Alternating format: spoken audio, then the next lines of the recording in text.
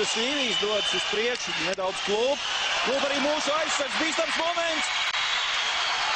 Un Šašlīvijs apstājas, lai viņš pats apspēlēt Pruseku, un tas viņam neizdodas. 2 minūtes tagad jau Lāviņām būs, bet uzbrukums turpinās. Šis Līvijas aizturētais sots un 0-1.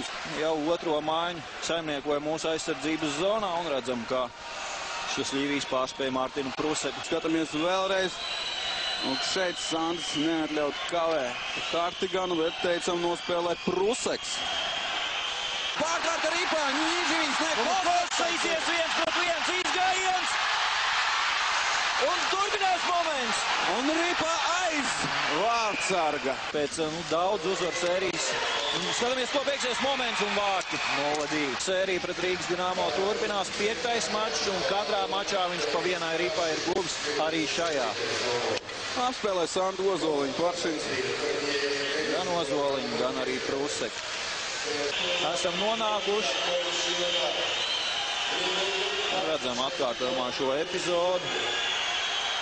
Arī Hartigans jau tikko jūsdams Sanu Nūjas pieskārienu ļoti teatrāli izrāda, cik sāpīgs ir bijis šis dūriens. Bet, kustība tika izdarīta. Uz to vārdu priekšā vēl viena piespēle, bīstama epizoda Pruseks. Šajā maiņā Dārziņu Rēdlis atgriezies. Karī pats izslidoja pret vārtiem. Noraidījums.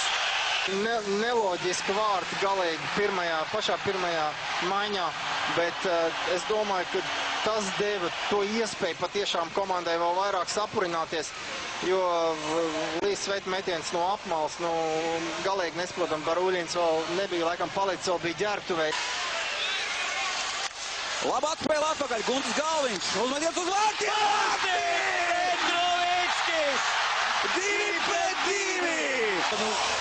Maz izredzi likās, ka būs mūsu komandai, bet veiksmīgi grib atlikt pie Petrovicka, un tā ir Baruļina sargāto vārtu tīklā neizšķirts. Un šī mača scenārijs atgādina CSKA iepriekšējo spēli. Paršins.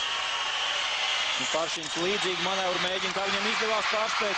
Un teicami Pruseks glāb komandu. Jā, varēja būt arī noraidījums šajā epizodē. Skatāmies vēlreiz.